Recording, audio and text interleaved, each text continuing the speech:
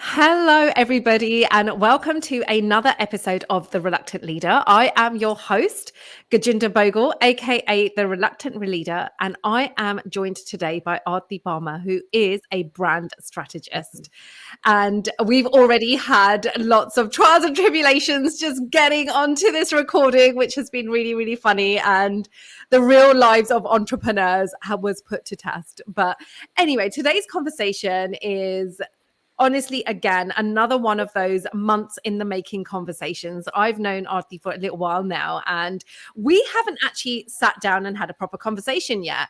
We've been to lots of events together, we've been in lots of shared spaces together, but we've never actually sat down and had this conversation. So I'm so excited to be having this conversation with you. And I think we even booked it months in advance, so nothing got in the way of it. So I am so excited. Now, before we start to chat, Aarti, do you just want to introduce yourself to everybody? Yeah, absolutely. And firstly, look, thank you so much for inviting me on. Been admiring your journey from a distance, and to be here and have a chit chat with you, it's a real kind of real pleasure. So yes, a little bit about me. I'm Aarti Parmar. I'm a certified brand strategist and a qualified personal performance coach. And I absolutely love educating and activating aspiring legacy leaders to mindfully define their brand so that they can use it with intent, joy, and impact. And that simply comes from because I was the business owner that was going round in circles all over the place, hitting brick walls, just having really no direction.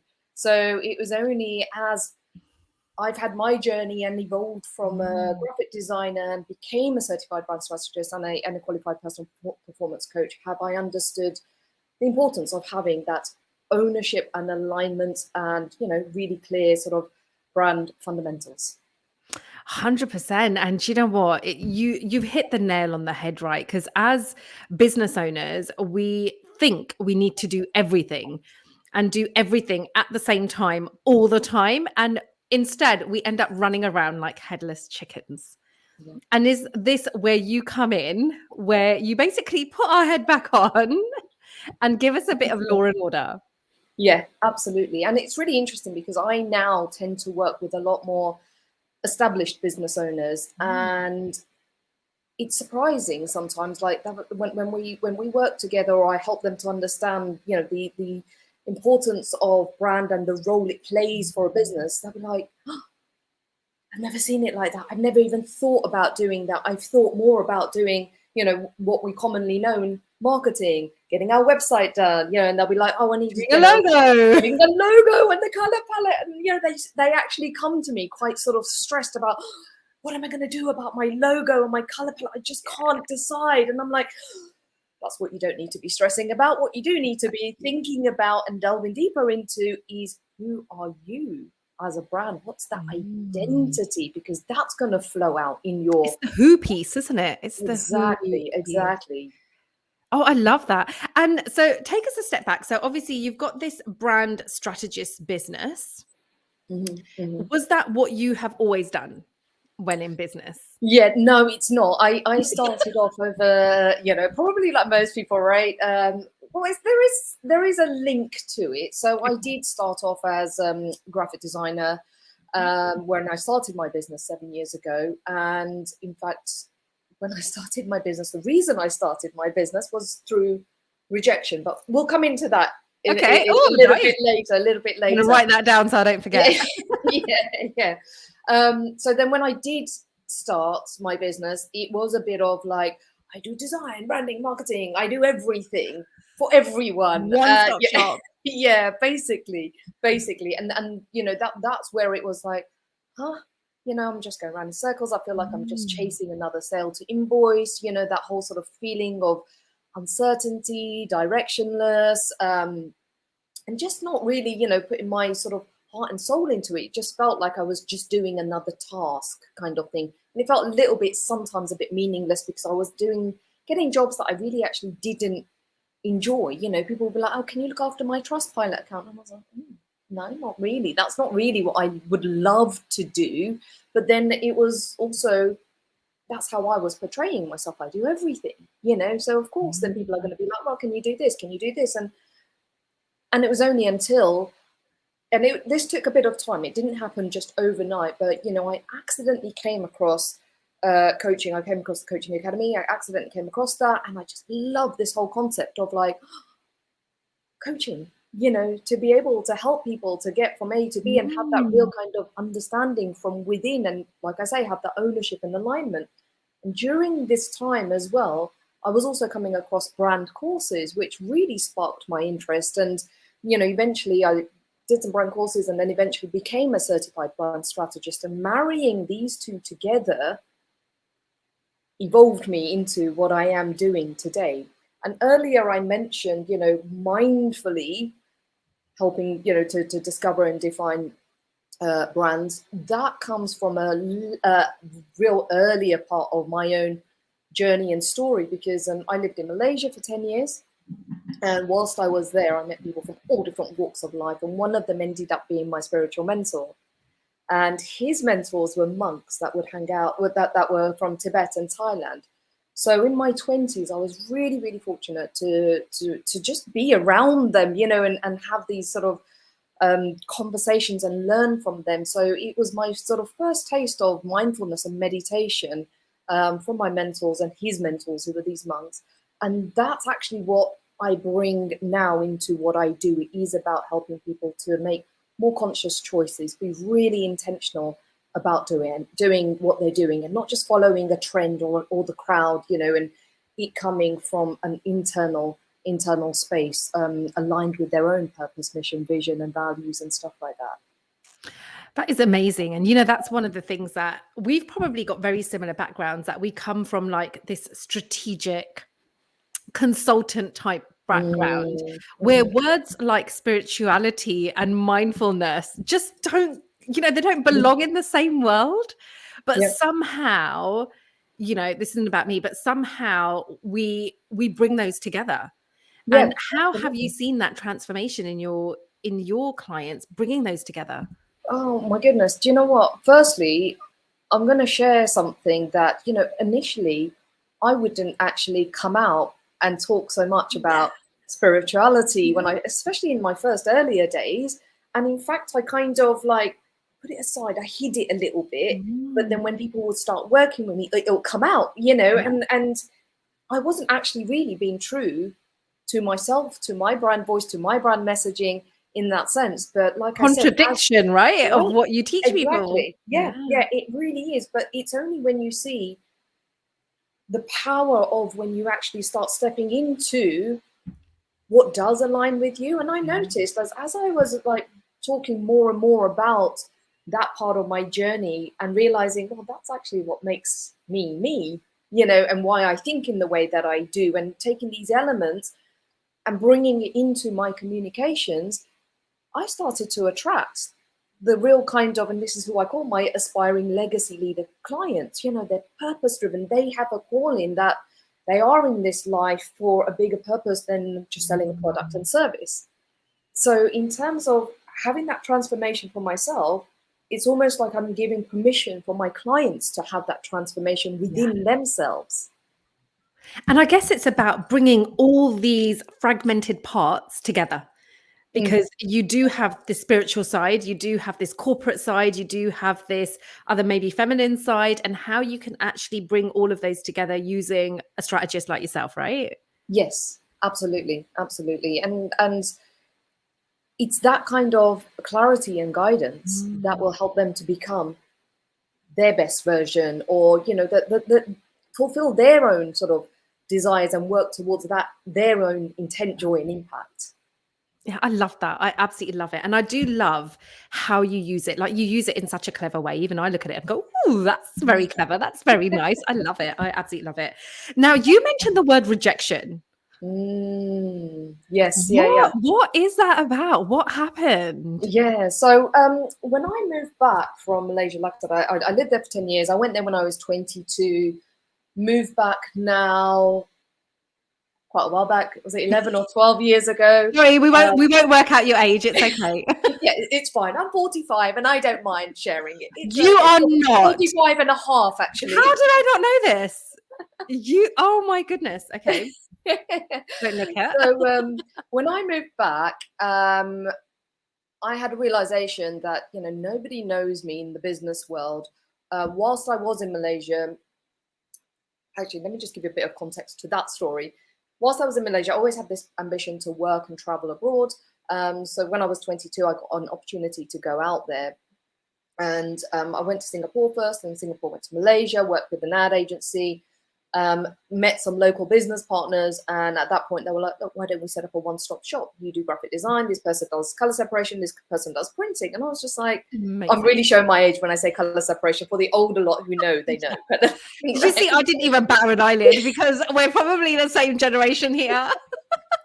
So, and I was just like, I've got zero experience of running a business. I'm really green in graphic design. So they were like, look, there's dime a dozen designers out there. If it doesn't work for you, we'll get somebody else in. So I was like, oh, okay, nothing to lose. Give it a go kind of thing. So basically 6 months to a year turned into 10 years. Wow. So in Malaysia. In Malaysia. And in that 10 years, some of the key things that what I learned and found the importance of is building meaningful relationships, basically networking. I know everybody doesn't love the word networking. I'm one of those people that actually loves it because there is much more depth behind that word.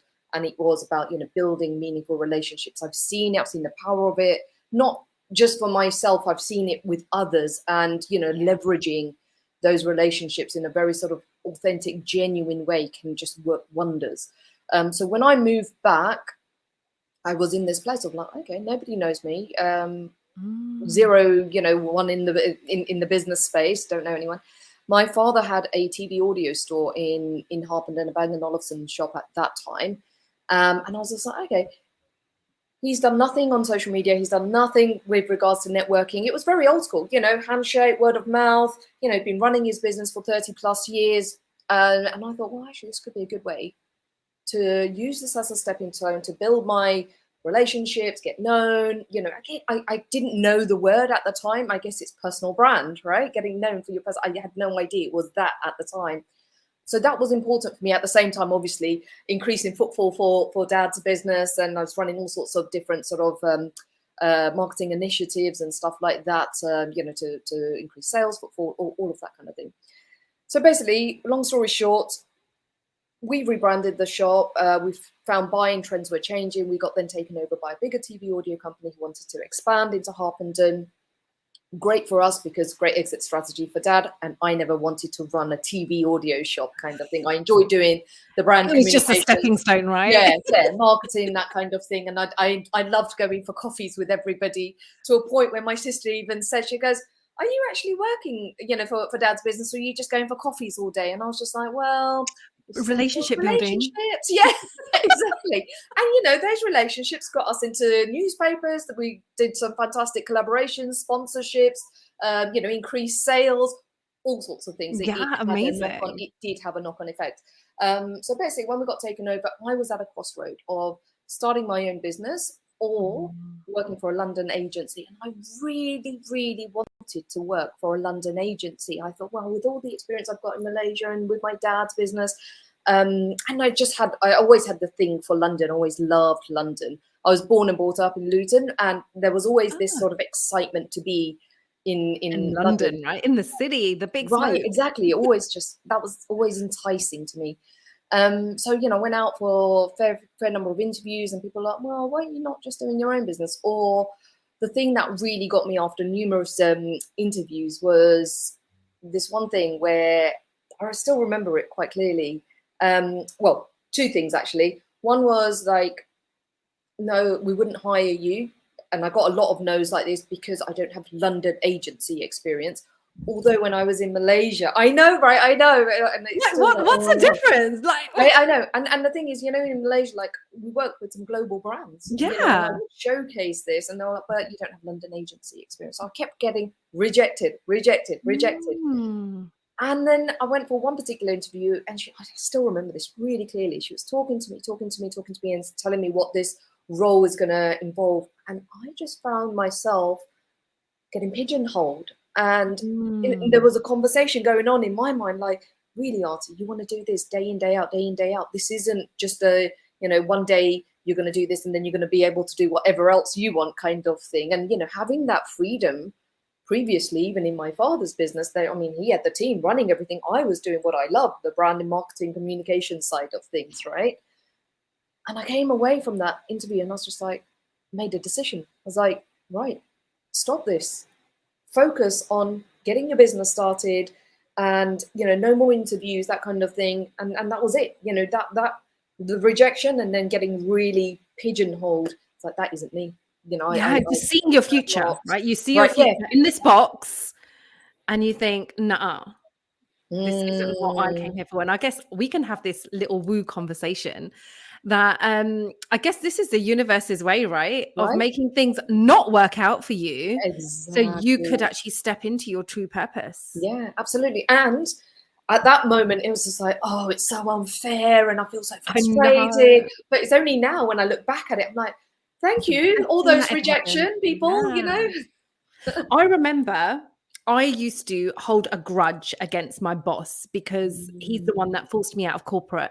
And like you, I wanted the London life, I wanted the city life, and I really loved it. And I thought I was going to die by the corporate life. I thought I was going to be 70 and I was going to be like a really big director, and then I'd pretty much get dragged out of the building. Yeah, and you'll get your watch, right, when you've served 50 years or something. And that's the vision that I had. And then when this boss came along and things didn't work out like that, I held a grudge with him for a long time. And obviously it's only now that I can realize he's the messenger from the universe that was like, you know what, you went for more. Get out of this space. Absolutely. So how has your journey been? So you then started your own business, and how has that journey been for you? Yeah, it's I would say probably like most, it's like been mine. up and down. Yeah, and the one word that always sums it up is roller coaster. Roller coaster, yes. Isn't it? And especially, it's not just the ups and the downs; it's the loops as well, right? Yeah, and I don't like roller coasters. I'm scared of them. So, yeah, that's why I have to do all this other spiritual work. It's like, yeah, no. Do you know what? It has been a roller coaster, but at the same time, it's been super fulfilling. It's those moments, and I know you experience this as well, when you see your clients transforming, doing the things that they are truly here to do, when they have those aha moments, when their eyes light up and they have that realization and they've had a moment of expansion and, like, oh, this isn't just about my product and service. I can make an impact. I can change a narrative around something. I'm challenging the status quo, and I can really truly make an impact with this voice of mine, with my expertise, with my knowledge, with the journey that they've had. So initially it was really interesting, right? Because initially I'd be like, I want to be the person that impacts millions of people, and all of that kind of thing. As I started working more and more, and I only really work with owner-managed businesses. In my sort of belief system is that these are the people that are going to make a positive difference and can make it and accelerate that difference. Whereas the bigger constitutions, it takes time. It's not that they can't. Too much red tape, right? Yeah.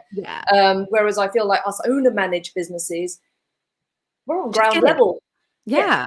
And we can make that acceleration impact much quicker. So that's I've lost my train of thought because I was so excited about talking. But yeah, sorry, coming back to my how I found the journey. So when I had that sort of, I want to impact millions of people, working with quite a numerous clients, I was like, actually, I want to be the person that's behind these brands that impacts millions, whether it's hundred thousands, millions eventually. So when I understood that better for myself, because when they have that connection to their purpose, mission, vision, values, and all of the other things, the other elements that make a brand, which then informs, their branding, their marketing, and their overall communications, their brand culture, and all of those kind of things, and the people that they hire and retain, or the collaborations, and now there's a higher chance of more influence, more impact, more income for them, you know, in that sense as well. 100%. And So it's that ripple effect, isn't it? It's being that mm, catalyst that creates the ripple effect that yeah, then impacts the millions of people. And that's where the change happens. exactly, And it exactly. starts with you. Yes, exactly. And you know, for yes, coming back to your question, how has the journey been? You know, what I've learnt over the years, I was one of those initially sort of people of looking for that silver bullet, you know, all of, if I just do this That one more secret course, if formula. I just do this one more Secret thing, formula. yeah, it's going to give me the answer to everything. There is no answer to everything. You know, it's a ever evolving journey because we as individuals are constantly evolving. You know what we're The exposed with. world's evolving, we're evolving, everything evolves. And just like that, business evolves, doesn't it? Yeah, absolutely, absolutely. So you know, it's an ongoing journey, and when you, I always say like brand building is a journey of going inwardly to serve better outwardly as well. So it is a consistent journey because and I'm sure even for you, who you used to serve day.1 has changed maybe over time. Yeah, You know, for me it 100%. has. You know, I had like the very sort of Mm. bootstrapped business owners, and that was me as well at that time. So you know that worked. Now I'm working with like these really sort of, like I call them, the aspiring legacy leaders. You know, they've gone Yeah. past the sort of 2-3 year mark, maybe even some of them are like 15-20 years in and anything in between. And, you know, they've got more of a solid sort of, right, okay, we know what our products and services and stuff are, but now it's like, right, we want to make a bigger difference. And how do we do that with, you know, more of an identity, a core brand identity? 100%. And I think, do you know, life gets in the way as well, right? Life experiences, our journeys with life, with rejection, with stuff like that come into play as well. So you naturally have to evolve as Mm. things happen in life as Yeah, well. yeah. And that's really important to know and Mm. realize, right, in business that life still happens. And this is why I feel it's so important to really get clear on around your own brand, from your brand purpose, mission, vision, values. Because I remember I went for a talk and the guy said, life is a workbook of problems to be solved.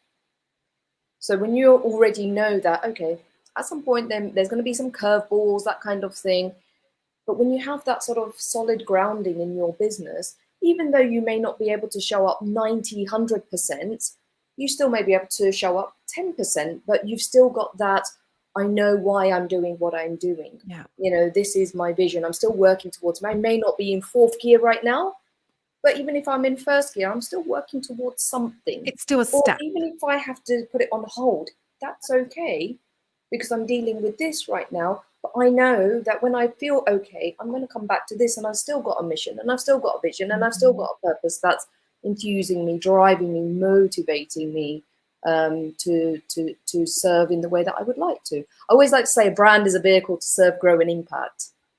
Love that. Absolutely love that. It is. It's just a vessel, isn't it? It's a vessel to be able to Mm, do more of what it is that you want to do. So, absolutely. Aarti, tell me, did you always want to be a business owner? Was that always Um, your thing? It's interesting because, like I said, you know, I really wanted to work with a London creative agency, and I always kind of felt myself, yeah, I'm good, like yourself, I'm going to be there, you know, and enjoy all the events and the work culture, and go for drinks and whatever after, and it's going to be part of this sort of, I'm going to be part of, you know, that kind of agency life. So you know, there was one aspect of me that always thought it was going to Mhm. be that. So no, I didn't, you know, sort of think, okay, I want to run a business. No, I didn't actually. Although, you know, I was brought up with my dad running his own business, and from kids we used to go into his shop and stuff. And it's really interesting because maybe subconsciously these things kind of, It was you know, there, came in right? because he would go for awards and Mhm. he won loads of awards, and you know, he'd get flown to this part and that part of the world, and because as a winner of customer service, all of that kind of thing. And I think that's kind of been influenced onto both my sister and I. And obviously, the apple doesn't fall far from the tree. So I can see some beautiful awards behind you. And actually, sharing a story. So She Awards earlier this year in March. And you and I were actually nominated in the same category. And I think that's when I first met you. I think that's when I actually first met you, because we were both up for Businesswoman of the Year. I didn't win, but Aarti did win. So you did win Businesswoman of the Year. And and I know that's not the only award you've won some other awards as well. Can you please share with us how it feels to have your achievements recognized in such an incredible way? Oh, do you know what? I love this question, because I really advocate business owners, especially women, to enter, awards and that kind of thing. Oh my God, the feeling is, it's phenomenal, because we know what goes on behind the scenes, the emotions that we deal with, all that hard work that nobody really ever sees.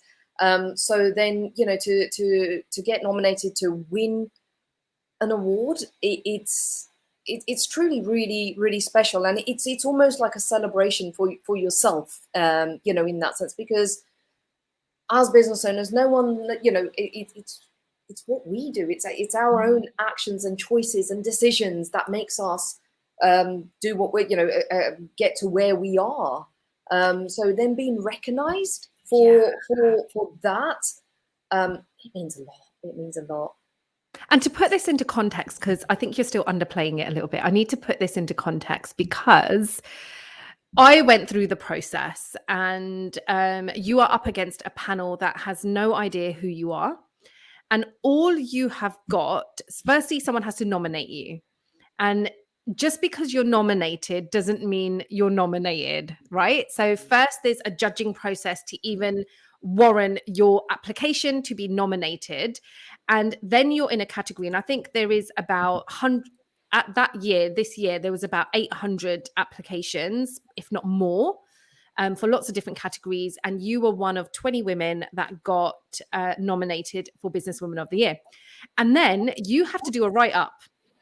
And there's about, I don't know how many words it was, I've forgotten now, about 2,000 500 words. Or something. Oh, 500. Oh my God, there's me thinking 2,000. 2,000's an essay in comparison. So you've got 500 words to convince some random people why they should give you this award. And imagine trying to fit 45 years in 500 words. It's not easy. So when you get that recognition based on those 500 words, that is a massive thing. That is massive. Huge. Well, when you put it like that, I feel like I've won again. Thank you. Isn't it, right? You just needed me to go through that. But it really is that. It's so massive. And I actually remember you winning. I remember you getting up on stage. I actually was looking at your dress because it was so beautiful. And I remember you getting up on stage, and I really did feel like there was a bit of a sense of, I made it. Yeah, absolutely. And my parents were there. My sister was there. It was there. a family affair. I remember that. It was, because my sister was in the same category. What? Do you know what? Because I didn't realize you were sisters then. Oh, yes, and I was like, so Aarti's sister produced these, it's called My Spike. Yeah, it's a cooking tool, which is really amazing. And that's actually, I knew her years ago. I don't know her. I knew her through this cooking tool. So all I was thinking is, there's My Spike, and I'm fangirling over My Spike, not realizing that we're all in the same category. Yeah, no, it was. And I don't know if there was a little bit of a story behind even getting to the awards. I had a small surgery that morning. And what? I know it's not something I've yet. So basically, I had a small surgery that morning, and I had to go under anesthetic. And I said to the doctors, I was like, don't make it too strong, because I've got awards evening to get to later. And I had the whole department laughing their heads off, because each bit I went into, I was like, right, we can't put too much in, we just gotta. Even when they were doing the mask, I was like, don't just a little bit. I need to get up later, kind of thing. So anyway, That is amazing. So you knew you were going to win the award. well, I finished this surgery, and obviously I felt like crap. Came home and I just slept the whole time, and I think the award started about 5:36. We had to kind of be there or something like that. Yeah. I was still sleeping at 4:45. And you know where it was as well, right? The location. Yeah. Because it was in My East London as well. my It's not husband was like, I easy to wasn't get sure to. whether to wake you up or not. And I just happened to wake up at 4:45, and I was like, right, in my head, I was just like, right, shower, get ready, and go. What I didn't, and my husband, are you sure? Are you sure? And I didn't tell him that actually there was a bit of pain going on, because he would have just been like, no, look, I'm going to make you rest. You need the rest. So yeah, got there and stuff about gone 7, I think it was, and it was good timing, because then that's when they just started announcing some of the awards. But yeah, there was something inside of me that kept saying, go, go, go, kind of thing. Wow, look at that. I know, right? I know. Do you know what? You deserved to win anyway, but hearing this story, how amazing and incredible is that? That is honestly really, really inspiring. And I just honestly don't think I could have done it. Any bit of pain, and I'm like, oh my God, I turn into a baby. So I think that is absolutely amazing.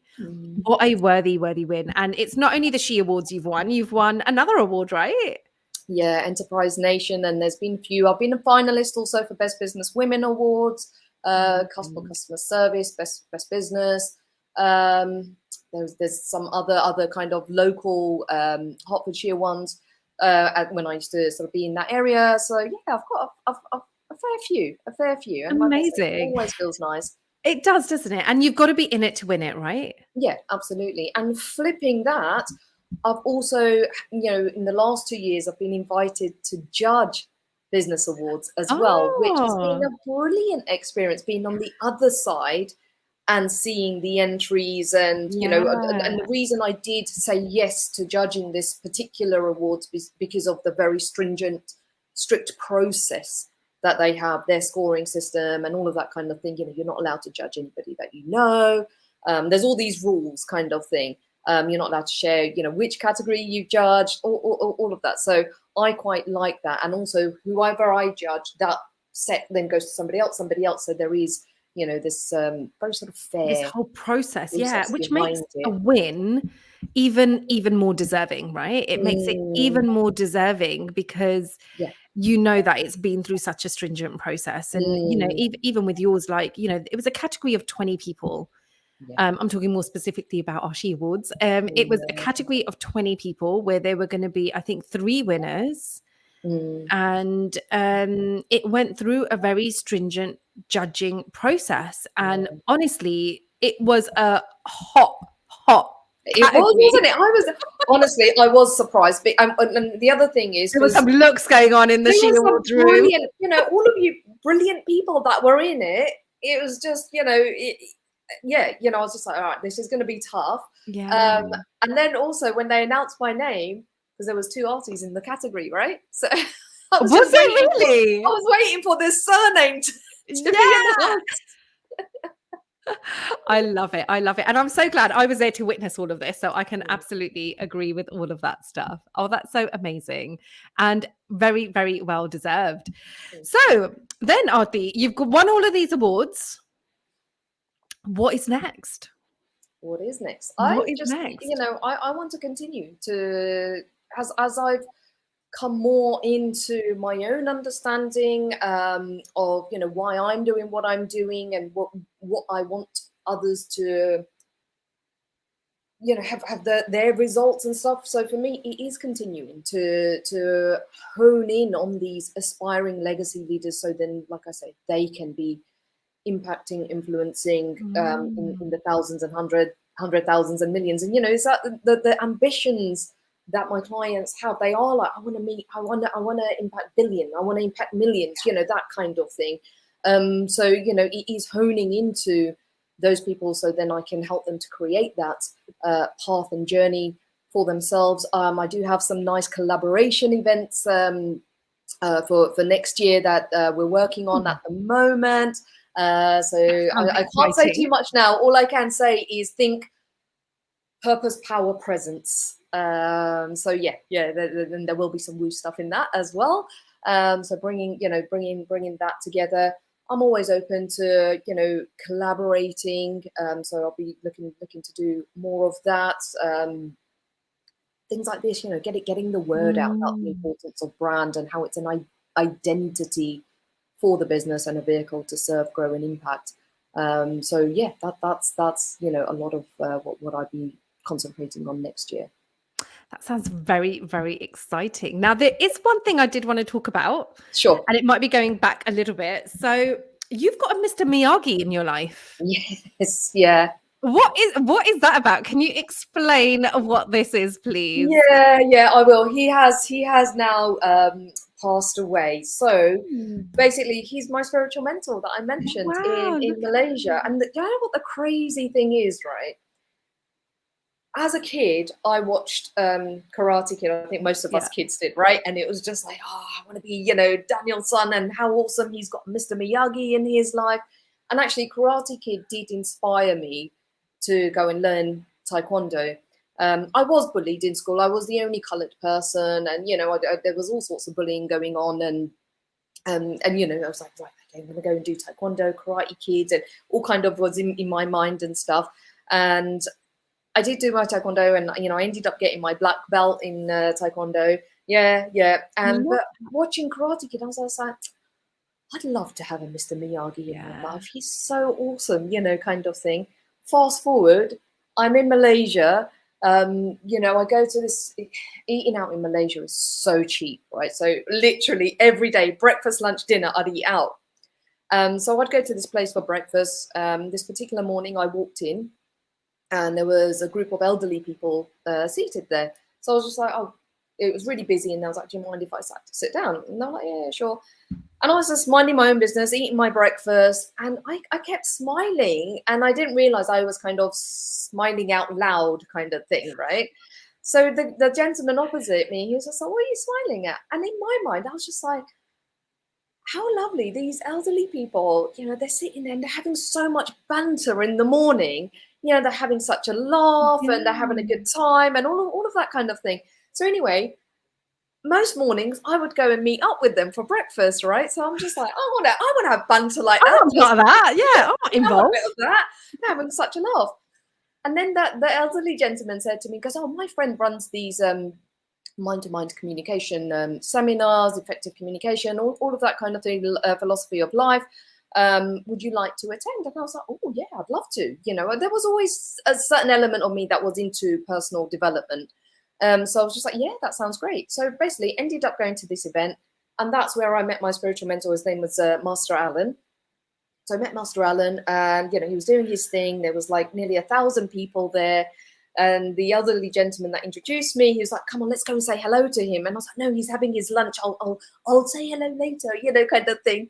Anyway, he forced me, said hello to Master Alan. He was like, come and sit down. And basically from there, him and his wife were just like, come over to the house, and they'd invite me for their talks or just to come and hang out. And basically they ended up being like, family over there. Wow. And I'd just like knock on Master Alan's door. I'm like, all right, I've bought breakfast and we're going to have a conversation. And, and it would just be, now when I think about it, it was just lots of mindfulness conversations. He would always say to me, Aarti, don't come here and ask me, how are you? He's like, I don't want idle chit chat. What do you want to know? How can we, it was always about personal development, very, concise conversations. And I always had something that I wanted to talk about. So I'd always get this profound wisdom that he'd just share so generously, with me. And he'd invite me to all these events and stuff like that, where these monks would be talking. And it'd be quite a bit of a pinch me moment, because sometimes I'd be thousands of people lining up to, get their blessing, say hello and all of that kind of thing. And there's me, little girl from Luton, sitting next to these monks, and people are probably like, who is that? Anyway, I love that. I was expecting a more exotic name than Master Alan. I've got to be honest. When you got Mr. Miyagi, I was like, you're in Malaysia. There's got to be a more exotic. That is amazing. I really love that. And you know what? Sometimes you find your guides in the most unexpected places, right? Honestly, you find them, and just look out for that, right? Look out for it, because it is everywhere. Absolutely, absolutely. And they say, right, when the student is ready, the teacher Yeah, shows up. I didn't even the realize master I will was ready, appear. to be honest, you know. He turned up. Smile. It is that smile. Oh. And one question to ask, what took you to Malaysia at 22? I just had this ambition to work and travel abroad. Actually, where I really wanted to go was New York. That was Oh, my first wow. choice. Yeah, there was something about it was London, New York, you know, graphic design and all that Yeah. kind of thing. And I went to New York. Well, we went. My family, my parents took us when we were kids, about 8, 10 years old, somewhere around there. And I was like, oh, this is amazing. And then a college trip, we went to New York, and I was like, this is a place I want to come and work. Yeah. And I don't know if you remember at that time. I know I'm older than you, but at that time, one, there was no internet, right? So I couldn't No Google and internet. places to. No So I wanted to do an smartphones. No What's that? smartphone. No Yeah, yeah, smartphone. yeah, exactly. So I wanted to do an internship, and I went to the library, got this advertising book of all these agencies in New York, wrote letters to them, like 100 letters went out. Loads of them came back with rejections. And then there was one that said, yes, we'll take you on. So I was just, oh, brilliant. But you'll have to get your own accommodation, and we'll pay for XYZ kind of thing. It wasn't very much, to be honest. And then, you know, there wasn't Airbnb, there wasn't websites and stuff. So I'm now like trying to find where could I go and stay in New York that isn't going to cost me an arm and a leg. And I didn't want to take the money off my parents or anything. So at that point, I was also going to remember the program BUNAC.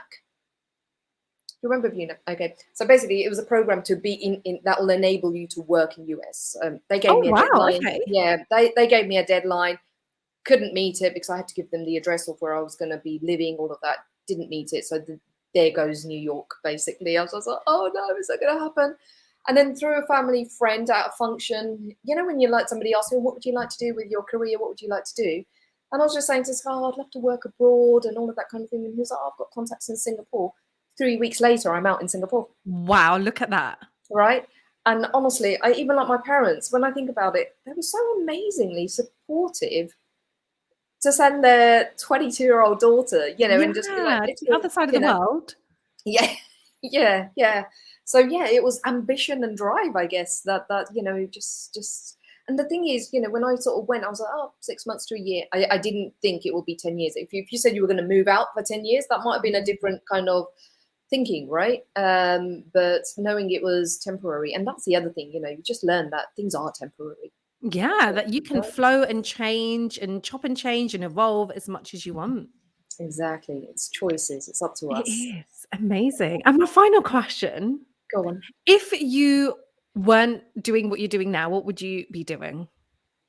That's really interesting you asked that, because the other day my husband was asking something similar. He goes, if you weren't getting paid for what you're doing, would you still do this? I was like, yeah, absolutely. So if I wasn't doing what I'm doing, yes, I would do this still, but I would probably, yes, I would absolutely, you know, and I probably think, right, okay, how can I enhance it more? And that this is also part of my journey anyway, you know, in that sense. And or the other thing is, if time, money, everything was no, you know, thing, I think I'd be going around the world just going to spiritual retreats. There you go. Right. There you go. That is it. Right. Wearing flowy clothes. Yeah, maybe some I'd Indian get rid of outfit, elasticated anything. I'd be wearing flowy clothes and just being free flow. Right. Yeah. And then bringing that information back, putting it back out there, and then going to another one, bringing that information, it's not a bad life, right? Not a bad life, and maybe a vision for the future. Who knows? Absolutely. And there are, you know, I have been to some really lovely spiritual retreats and stuff, so and ashrams and, you know, that kind of thing. And it's very much about, you know, and I, you know, and I know you know and believe this as well. What you do externally is who you then show up. Yeah. In life, in business. It's all that identity piece, isn't it? It literally adds another piece to the puzzle that creates the whole entity that you are, that then comes out to the world. Exactly. Oh, amazing. Aarti, do you know what? This has been absolutely amazing. And I reckon we could probably go on a little while, but I don't obviously want to disengage any of the listeners. So how can people connect and contact you? I will share lots more details, but if you can just let people know. Yeah, sure. There's a few different platforms I'm on. So LinkedIn is one. So Aarti Parmar, just as my name. Instagram, Aarti.Parmar, and then, you've got my website, and there are some, free resources there. So I have my bite-sized brand tips with action weekly newsletter that goes out on a Tuesday. And it's funny because when I first started that, I was like, yeah, last 3 weeks, I've now done 149. Wow. Yeah. And I've even got a brand quiz, to discover if your business needs a brand makeover. So that's a free 2-minute quiz there. So yeah, there's all sorts of resources and podcasts, and I'll be putting this link into my website. So that will be another great resource. Amazing. And if you do send me the link to your quiz, I can drop it in the links that come below here as well, so people can access that straight away. Aarti, it's been absolutely incredible. Such a pleasure to get to know you more. I know we are going to be able to carry on this conversation outside of this space as well. Absolutely. But really, really amazing to get to know you, get to know your business journey. And I'm so excited to see what is to come for you. And I'm going to have front row seats, literally watching anything that you do. So I'm so excited. Thank you. Yeah, one of the things I am going to be looking into is create, and I've already started this, is my Aspiring Legacy Leaders series. So yeah, that's something to look out for. But look, thank you so much, and I'm looking forward to connecting more with you in 2024. And, you're doing absolutely amazing things. And I love that you are a purpose-led brand. If you want to see a great example of purpose-led, follow, they're already following you. It's you. Oh, thank you, lovely. And I'm sure we are going to be doing lots more together next year as well, which is going to be really exciting to see where that leads us. Absolutely. Be amazing. Thank you. Well, thank you so much, Aarti. Thank you for everybody that's watched us, and thank you everyone for just staying with the conversation. And I'll see you next time.